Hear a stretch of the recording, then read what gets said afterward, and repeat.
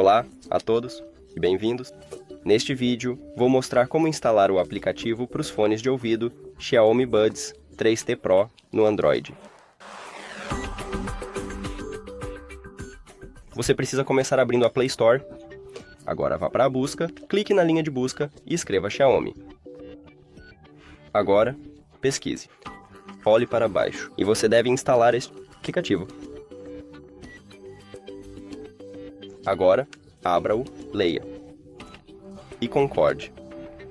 Escolha sua região e depois clique em avançar. Pule.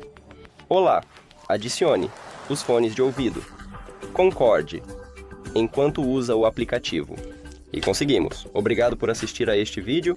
Se você achou útil, inscreva-se no canal e deixe um like no vídeo. É importante para nós. Até mais!